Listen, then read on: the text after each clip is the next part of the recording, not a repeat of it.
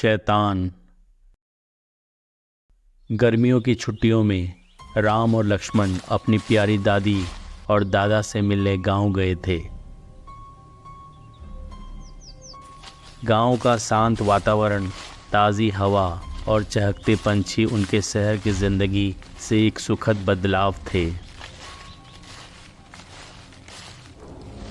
एक दोपहर गांव के नज़दीक जंगल की सैर करने का उन्होंने फैसला किया।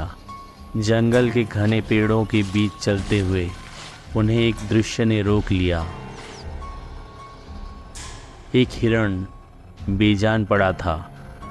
उसके शरीर पर जख्म के गहरे निशान थे। राम इस भयानक दृश्य से सहम गया। तभी लक्ष्मण को जंगल की गहराई से एक अजीब सी हरकत महसूस हुई, मानो उन्हें घूरने वाली कोई अदृश्य निगाह थी।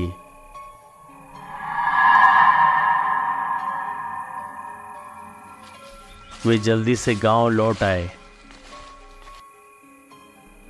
लक्ष्मण के मन में उस अजीब सी मौजूदगी का सवाल गूंजता रहा। रात होने पर अचानक एक जोरदार आवाज़ से उनकी नींद टूट गई।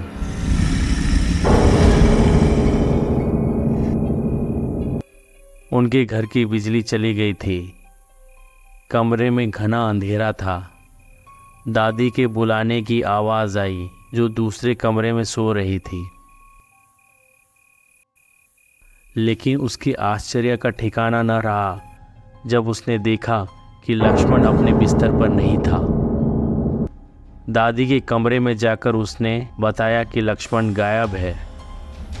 दादा, दादी और राम तीनों खोज में निकले। टॉर्च की रोशनी से गांव का चक्कर लगाया, पर लक्ष्मण का कहीं पर भी अता पता नहीं था। अचानक जंगल की तरफ से एक चीख सुनाई दी। वे डरते हुए जंगल की ओर दौड़े। जंगल की गहराई में एक पेड़ के नीचे उन्हें लक्ष्मण बेहोश पड़ा मिला। उसके कपड़े फटे हुए थे और चेहरे पर खरोच के निशान थे। जब लक्ष्मण को होश आया तो उसने बताया कि उस पर किसी बड़े काले जीव ने हमला किया था। उसकी नुकीले पंजे और लाल आंखें थी। तभी दादी ने कुछ सोचते हुए उस जंगल की एक पुरानी कहानी सुनाई, जिसके अनुसार उस जंगल में सदियों से एक शैतान रहता है, जो इंसानों पर कभी कभी हमला भी करता है। अगले दिन गांव के बुजुर्गों ने उनको सुझाव दिया कि वो शैतान को शांत करने के लिए एक अनुष्ठान करें। राम और लक्ष्मण इस दंत कथा से असहमत थे।